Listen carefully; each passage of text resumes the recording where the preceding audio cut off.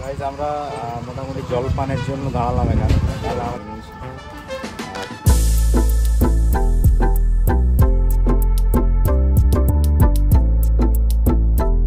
আমাদেরকে ক্যামেরা থেকে ভিডিও করতে এখানে এইমাত্র নিষেধ করে গেল। জলগুলো না দাঁড়ায় বেরিয়ে যাওয়ার আমার যেন অন্য গাইডরা নিচে গিয়ে বলবে কি বলে যে উনি খুব পাপি ছিলেন, কারণ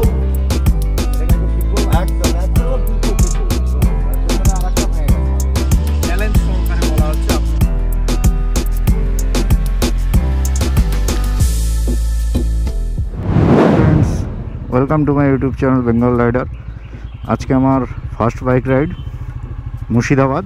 তো আমি বিড়া নিজাম প্যালেসের সামনে রয়েছি, আর এখান থেকে এই বাইকে এখন বেরিয়ে যাচ্ছি অন রোড। আমরা রাইট সাইডে যাব। এত বড় বড় গাড়িগুলো এই রোডটা দিয়ে পাস হয়, কোনো রকম কোনো ফ্লাইওভারের ব্যবস্থা নেই, আর সেই জ্যামেই আজকে আমরা আটকে গেছি। দেখা যাক জ্যামটা পেরোতে কতক্ষণ লাগে।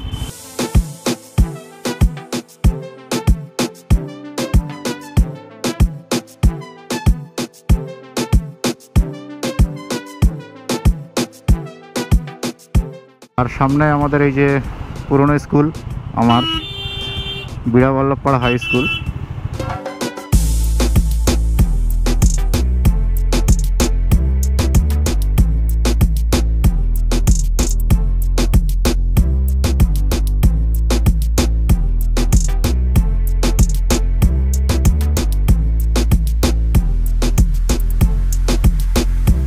তো গাইজ আমরা এখন চলে এসেছি তালসা, আর আমাদের লেফট সাইডেই পেট্রোল পাম্প পড়বে। তো আমরা হাইওয়েতে কোনো পেট্রোল পাম্পে আপাতত যাব না, সে কারণেই এখান থেকে চেষ্টা করব ফুয়েলিংটা করে নেওয়ার। গাড়িতে তেল নেই, ফুয়েলিংটা মাস্ট।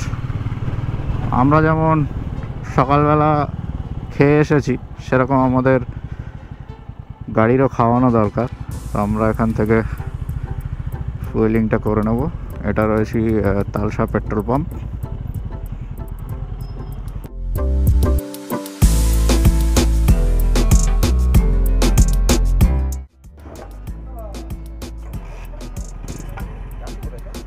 মুর্শিদাবাদ।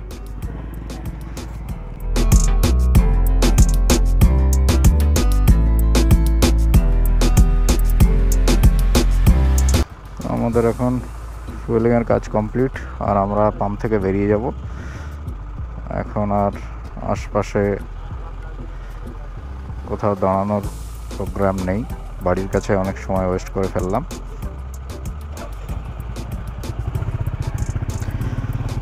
আমরা এখন পেট্রোল পাম্প ছেড়ে বেরিয়ে আসলাম, সোজা কাছারি উঠবো। আর কাছারি থেকে আমরা চলে যাব রাইট সাইডে রানাঘাটের দিকে।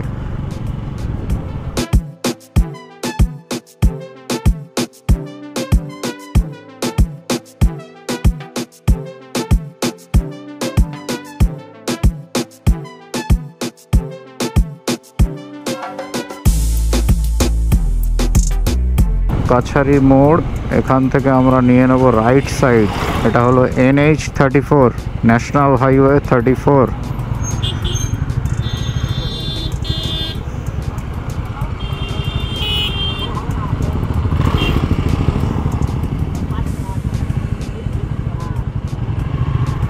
আমরা রাস্তা ক্রস করার সময় একদমই তাড়াহুড়ো করব না।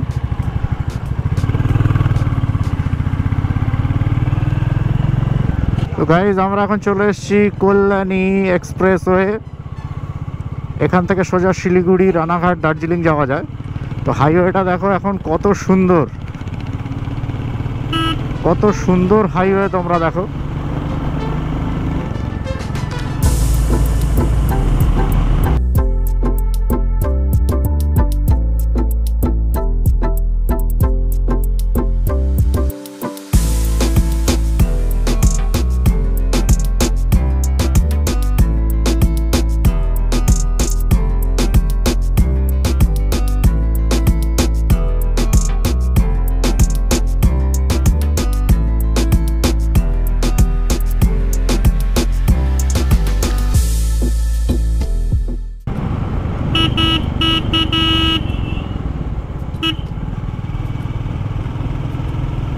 এই জায়গাগুলোতে হাইওয়েতে তোমরা খুবই সতর্কিতভাবে গাড়ি চালাবে, কারণ একটা ক্রসিংয়ের জায়গা থাকে। আমার সিগন্যাল রয়েছে গ্রিন, তবুও লেফট সাইড থেকে একটা বাইক চলে আসছিলো। তো অবশ্যই সাবধানে বাইক চালাতে হবে এই জায়গাগুলোতে। হাইওয়েটা জাস্ট মেনটেন দেখো কত সুন্দর, ওয়েল মেনটেন। মাঝখানে সব ফুলের গাছ লাগানো রয়েছে খুব সুন্দর। থার্ড ফ্লাইওভার, মানে টোটাল রোডটাই আমরা ফ্লাইওভার আর ফ্লাইওভার, জাস্ট একটা অসাধারণ ব্যাপার।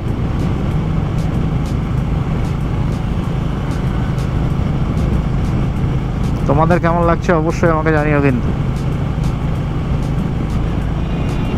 এত সুন্দর ভিউ, আর রাতে নিশ্চয় লাইটটা পড়লে আরো অসাধারণ একটা ভিউ পাওয়া যাবে এখানে।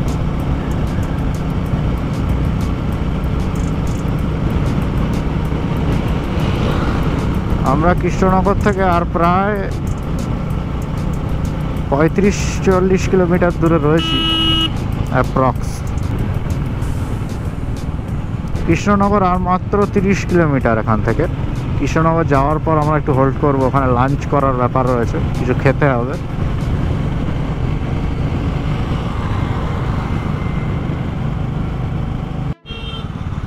তো গাইজ আমরা এখন যে জায়গাতে রয়েছি এই সেই ঐতিহাসিক জায়গা পলাশী, যেখানে নবাব সিরাজদৌল্লার সঙ্গে রবার্ট ক্লাইভের যে যুদ্ধ, সেই যুদ্ধের সূচনা হয়েছিল।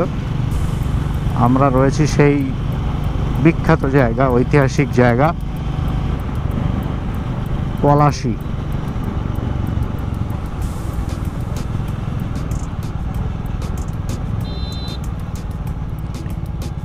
আমার বাঁ দিকে দেখা যাচ্ছে সেই পলাশীর বিখ্যাত স্মৃতিসৌধ। আমরা এখন ওদিকে যাব না, কারণ আমাদের গন্তব্যস্থল মুর্শিদাবাদ।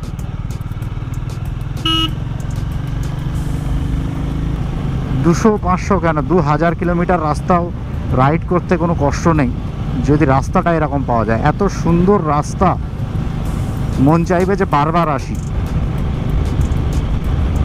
আমাদের একটা ভুল হয়ে গেছে, আমরা বেরিয়েছি সকালবেলা। আমাদের একটু ভোরের দিকে বেরালে মনে হয় সম্ভবত বেটার হতো, তাহলে এই যে সূর্যের প্রখর রোদ থেকে অন্তত আমরা বেঁচে যেতাম। তো তোমরা যদি এরকম সময় মুর্শিদাবাদকেও রাইড করো, অবশ্যই চেষ্টা করো ভোরের দিকে বেরানোর, তাহলে খুব বেশি সময় লাগবে না, তোমরা অনায়াসে পৌঁছে যেতে পারবে মুর্শিদাবাদ।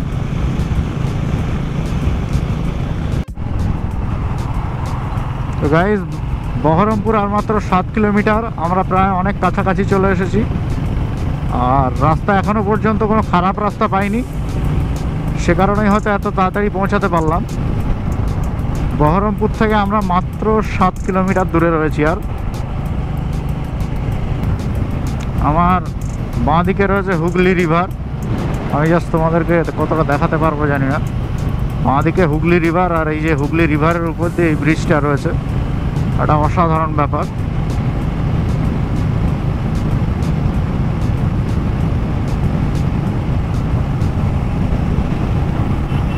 গাইজ জাস্ট রোডের ভিউটা দেখো তোমরা, সামনের দিকে কত সুন্দর, একদম নিচে নেমে গিয়ে আবার উপরে উঠছে রোড। দেখো উইদাউট হেলমেট জাস্ট পাশ দিয়ে কিভাবে গেল। মানে রাস্তা নিয়ে অ্যাকচুয়ালি কিছু বলার নেই, এত সুন্দর রাস্তা, এত সুন্দর ব্যবস্থা রাস্তার মধ্যে। কোনো রকম এমার্জেন্সি প্রবলেম বা কোনো কিছু যদি হয়ে যায়, তোমরা 1033-তে যদি কল করো, তোমরা ইনস্ট্যান্ট হেল্প পেয়ে যাবে সেখান থেকে। 100 কিলোমিটারের উপরে আমাদের গাড়ি চালানো হয়ে গেছে। বহরমপুর আমরা চলে এসেছি প্রায়। এত সুন্দর লাগছে, এত ভালো লাগছে রাইড করতে, কি বলবো। ফার্স্ট টাইম বাইক নিয়ে রাইডে বেরিয়েছি। মোটো ব্লগিং আমার ফার্স্ট। জানি না ভয়েস কোয়ালিটি কেমন আসছে, আরও একবার বললাম। রায়গঞ্জ 201 কিলোমিটার, মালদা 126 এখান থেকে।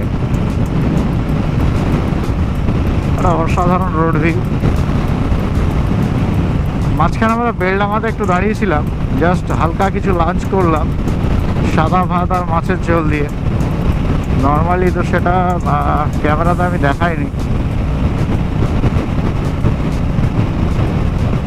তো ফ্রেন্ডস, আর মোটামুটি 15 কিলোমিটার দূর রয়েছে আমরা ভগবানগোলা থেকে। আজকে যেহেতু বিকাল হয়ে গেছে, সেহেতু আমরা ভগবানগোলাতে এক বন্ধুর বাড়িতে স্টে করব, সে ওখানে থাকার জন্য বলেছে আমাদেরকে। আর কাল ফার্স্ট মর্নিংয়ে আমরা বেরিয়ে যাব হাজারদুয়ারি থেকে খোশবাগ, যাবতীয় যত জায়গাগুলো রয়েছে সেগুলো দেখার জন্য। একদম ফার্স্ট মর্নিংয়ে বেরাবো। আর যেহেতু আজকে রাইড করেছি আর বিকালের দিকে এখন ভিডিও করা পসিবল নয়, তো আমরা কালকে ফার্স্ট মর্নিংয়ে ভিডিও শুরু করব। আর আজকে সারাটা দিন রেস্ট নেব, সারাটা রাতে রেস্ট নেওয়ার ব্যাপার আছে। মোটামুটি ধরুন আর 15 কিলোমিটার মতো আমাদেরকে এখান থেকে যেতে হবে, তারপর আমরা ভগবানগোলা পৌঁছে যাব আর ওখানেই স্টে করব। 2025 সালে দাঁড়িয়ে আমরা কলকাতা শহর থেকে মোটামুটি 30 কিলোমিটার দূরে থাকি। সেই ধরাছোঁয়া থেকে বেরিয়ে যে জায়গাতে আমরা যাচ্ছি, এখানে এখনও দেখলাম বাড়ি দোতলা, কিন্তু পুরোটাই মাটির বাড়ি। প্রত্যেক বাড়িতে মোটামুটি রয়েছে 10 থেকে 15টা করে গরু। 2025 সালে দাঁড়িয়ে এখনও মাটির বাড়ি দেখতে পাবো, এটা ভগবানগোলা না আসলে হয়তো আমার এক্সপিরিয়েন্স হতো না, মুর্শিদাবাদ না আসলে আমার এক্সপিরিয়েন্স হতো না যে এখানে মানুষ এখনও দোতলা মাটির বাড়িতে থাকে। দোতলা বাড়ি কিন্তু সেটা মাটির, খুবই সুন্দর লাগলো দেখতে।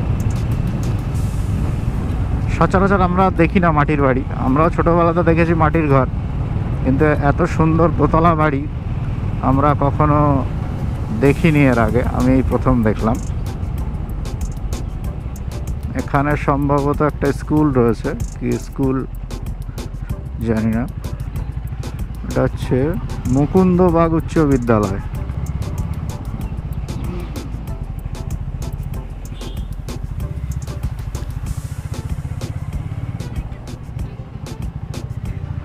রাস্তার দুপাশে এদিকে চাষ হয়েছে গম, খুব সুন্দর লাগছে দেখতে, একেবারে সোনালি কালার, এত সুন্দর দেখতে লাগছে গম গাছগুলো।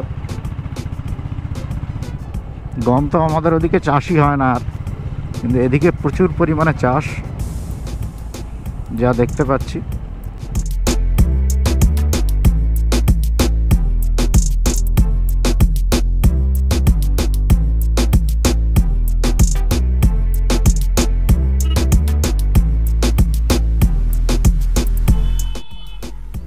আমরা এখন রয়েছি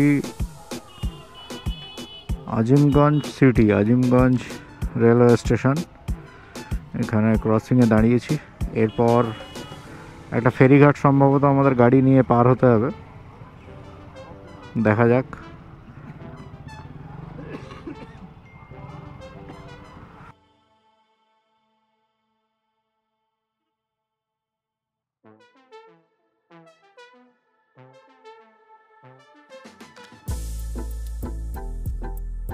আমরা চলে এসেছি আজিমগঞ্জ ফেরিঘাটে।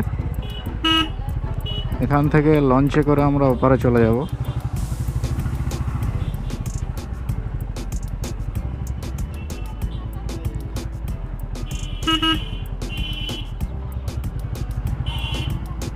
আজিমগঞ্জ ফেরিঘাট।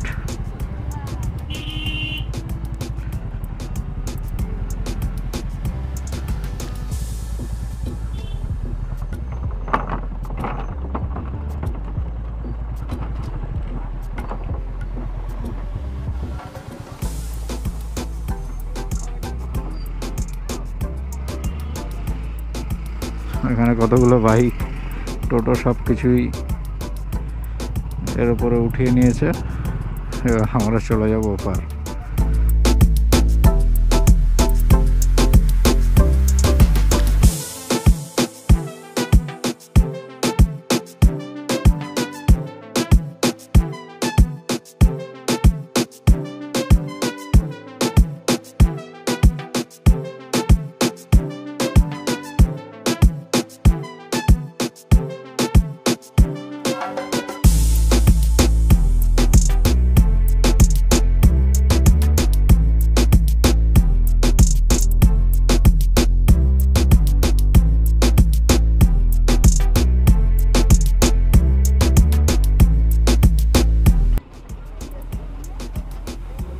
এখানকার মানুষের নিত্য যাতায়াত ঠিক এইভাবে, এতগুলো মানুষ, বাইক, টোটো সব কিছু হুগলি রিভার ক্রস করবে এখন এভাবে।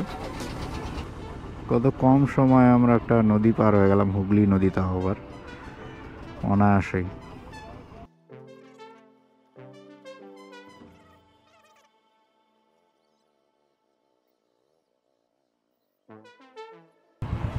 কত দাদা, কত টোটাল? তিনটে বাইক? তিনটে বাইক? হ্যাঁ, তিনটে বাইক আর দুজন লোক। 10 টাকা করে পারাপার, তাই তো? আচ্ছা আচ্ছা, ঠিক।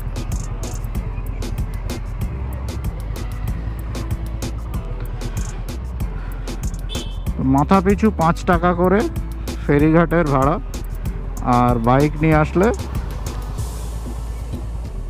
10 টাকা প্রত্যেক বাইক পিছু।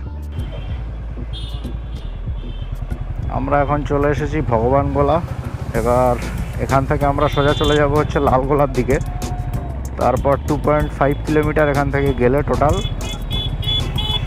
আমাদের যে গন্তব্য, আমাদের যে ফ্রেন্ড রয়েছে তার বাড়িতে আমরা পৌঁছে যাব। এখানে দুই দিকে দুটো রাস্তা গেছে, একটা লালগোলা আর একটা আখেরিগঞ্জ। আমরা আখেরিগঞ্জের দিকে চলে যাব। একটা রেলগেট আমরা ক্রস করছি, জানি না এটা কোন স্টেশনের রেলগেট। বাঁদিকে ওদিকে স্টেশন আছে। এটা রয়েছে প্রপার ভগবানগোলাতে, মুর্শিদাবাদ ভগবানগোলা বাজার। বাজারটার নাম হচ্ছে বর্ণালী বাজার। মুর্শিদাবাদ ভগবানগোলা বর্ণালী বাজারে রয়েছি, আরও খানিকটা যেতে হবে আমাদেরকে। আমরা আমাদের লোকেশনে পৌঁছে গেছি।